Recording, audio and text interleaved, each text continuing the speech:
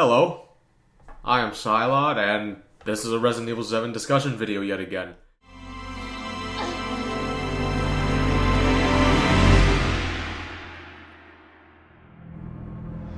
Is it ready? Can we begin?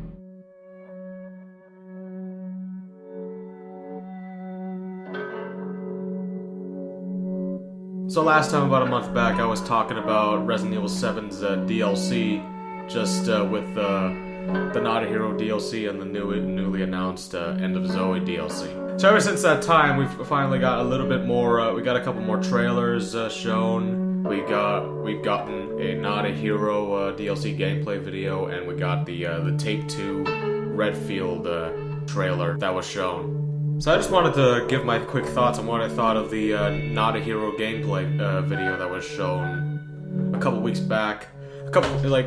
It's been a couple weeks ever since the Not a Hero gameplay was shown, and then the Redfield trailer was shown for the Not a Hero and End of Zoe DLCs. So from what it looks like I was kind of right on the money when it comes to that, focusing on gunpowder and firepower and getting physical, just using the Chris Redfield character to punch through every single object that you see in front of you. I just kind of find it funny that a character like Chris, I mean, I know he's a big guy, and I know that looks not. I mean, like, I know that we're still kind of all wondering what the hell's going on with that whole new look and shit, but I don't know. It's kind of funny that a soldier like him can run slow as fuck.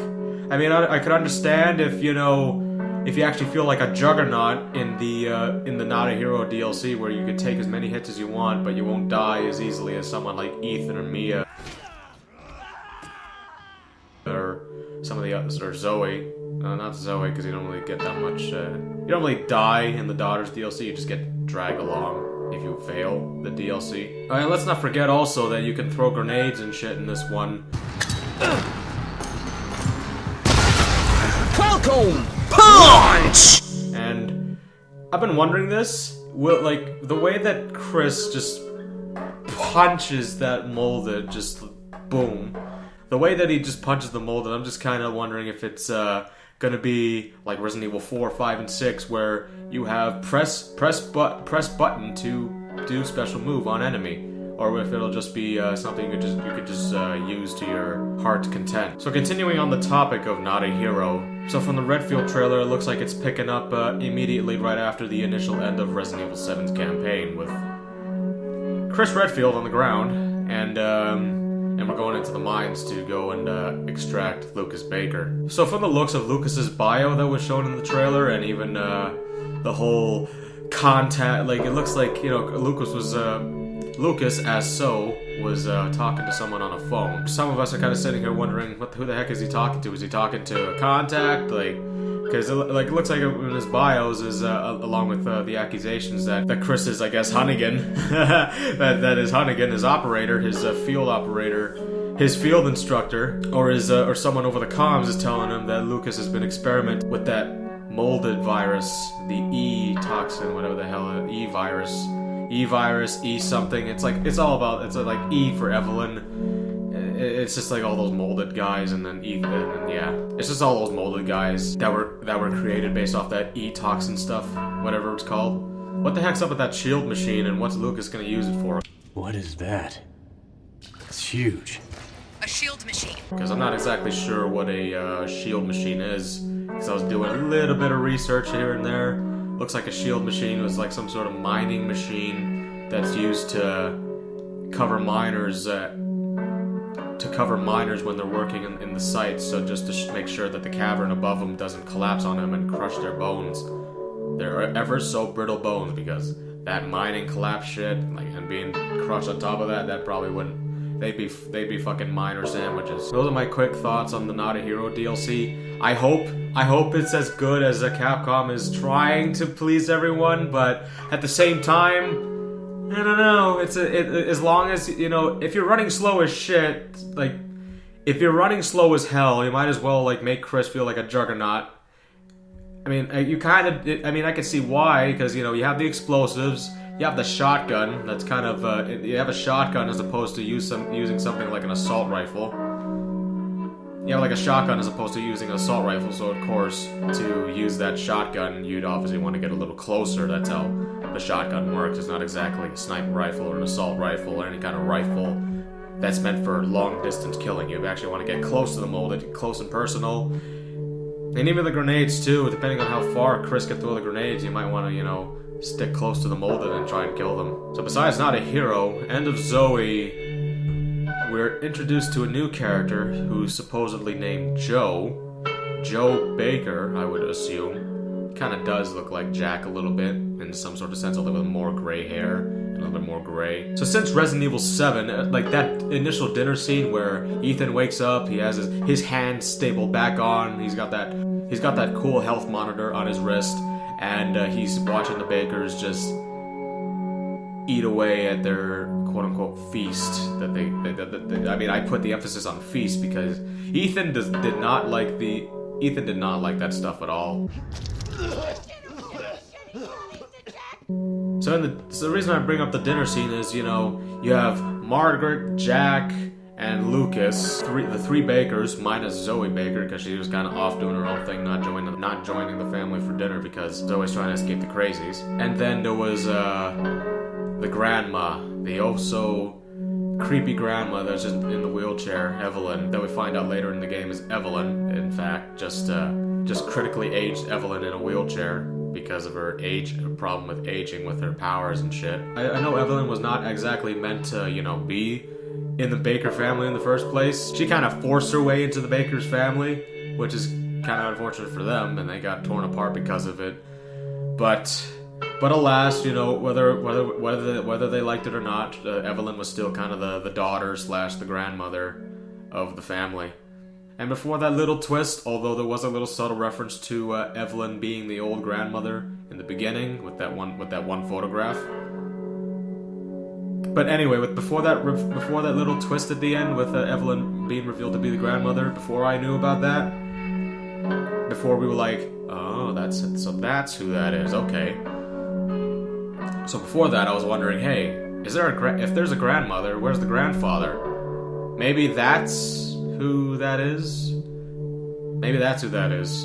You know, Joe Baker. So I guess I got a couple questions. I guess I just leaving myself out for Joe. So I guess with Joe coming to Zoe's aid after she's supposedly cocooned and crystallized in the middle of the swamp. So I guess I got a little bit of questions and speculations as to, can we play as Joe? Would it be possible to play as Joe in the End of Zoe DLC, or you could have it like Resident Evil 4 and 5 and 6, to where you have or even 3 as well with Jill and Carlos. You could have it like that, to where you have Joe and Zoe kind of. You have Joe and Zoe being a collaborative team against any opposition that faces them. So with Joe, assuming he's not wearing Ford's fake dog tags, and to know dog tags equals military, and military, it's kind of interesting that in the original Resident Evil 7 campaign, you have a photo of Jack when he was younger, who served in the army when he was in his prime. Well, assuming that Joe did serve in the army and that holds true to itself, then I'm not sure how well of a fighter Joe can be in terms of physical. I mean, you probably can't. He probably, I don't know, compared to Jack, because Jack is super invincible to anything that can be thrown at him because, well, he's infected with Evelyn's quote-unquote gift. That's what makes him basically impenetrable by bullets and anything you can throw at him. You could crush that man you could set that man on fire, you can crush him, you can do anything you want with him. You can even blow him up by cutting him in half with a chainsaw, for crying out loud, and he still doesn't die. That's kind of how OP Jack was. But Joe, assuming that she wasn't infected by Evelyn's gift, quote unquote, then, you know, maybe he won't do much, maybe he can't do much physically, maybe he is still in shape because he still has the willingness to carry along Zoe, as shown in the promo. So maybe he could either use like a walking stick as a staff or something, or maybe he could use a gun. Maybe he has his own shotgun. Maybe he has a shotgun. He maybe has like a little armory that he could use. He could just, be proficient with guns. And maybe if we're lucky, maybe Zoe can use a gun or two. Maybe she won't fight at all. Maybe it'll just be the same thing with Zoe running around with a lighter, assuming she still has it. And the last thing to note in terms of story. So in the second promo trailer, there's in the background there's a couple helicopters flying overhead in the cloudy sky. So that it could be possible that that's the same unit that's coming in at the end of 7, which is how we get the quote-unquote Chris Redfield into the picture. That's how we get the blue umbrella introduced, which is kind of interesting. Blue umbrella, I mean, okay, I guess. I really don't know how that's supposed to make sense right now because, Umbrella was disbanded and all of a sudden, hey look, blue umbrella. Maybe it's just a rebranded umbrella, maybe just repurposed for the sake of another BSAA branch or something, because you could take old units, you could take old name brands and just try and I don't know what the purpose of that really is though, because if Umbrella had a really bad name in the previous games and in their levels, because Umbrella got shut the fuck down in the previous game, so I don't know if they'd be really accepting if they were to see any sort of Umbrella Corporation logo, blue or red. I don't think anyone in the Resident Evil universe would be even happy to see that, unless if they are, then okay, fine. I don't know. So amongst that rambling that I just did with the Umbrella Corporation being good or bad, so the thing to determine when the time comes for the DLC to drop on the all consoles and stuff with the gold edition and all that shit. It's only been a year. Like gosh, damn, it's only been a year and that shit's still happening. I digress. What can you do? Capcom's gonna do whatever the hell they want and fuck it. So with those helicopters in the background, I also have to mention another thing. There was another artifact before Ethan enters the mines. Ethan finds a picture with a photograph of a helicopter. I think it's a blue umbrella helicopter. He finds a photo of the helicopter, and on the back of the photo it says something like "Are they watching?" or something. So he finds that, and the sky the sky is still black when Ethan finds that, and it's still dark. Everything's still dark and everything. It's just all gloomy. No sunlight like you see at the beginning and end of 7, Resident Evil 7. So assuming that photo was timely enough, so I guess if the Umbrella Corporation has been monitoring the Baker property for some time, I guess it'd be probable for the helicopters in the background to be flying in, maybe like during the Ethan versus Evelyn final boss fight, or even like when they're coming in the end of 7. It could be a couple of those things, or maybe even before. I mean, you never know how long Zoe's been out in the time frame of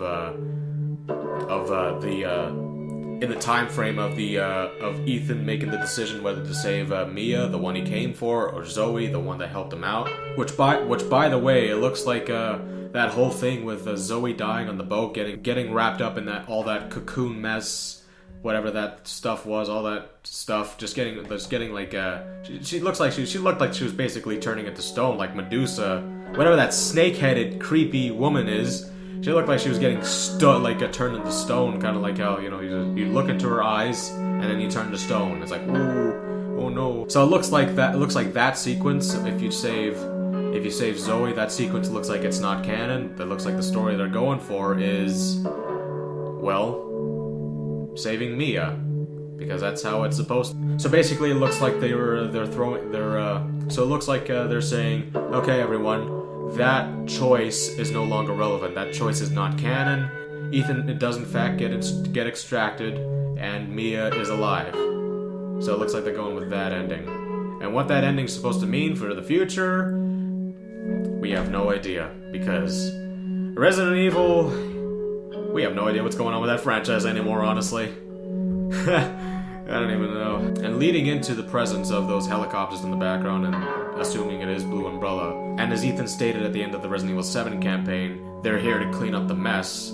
So I guess assuming that's the thing, and because that the Baker property and residence, that's a big area that they gotta cover around. But that whole Evelyn possessing stuff, that the swamp area, that's a big area of grounds to cover.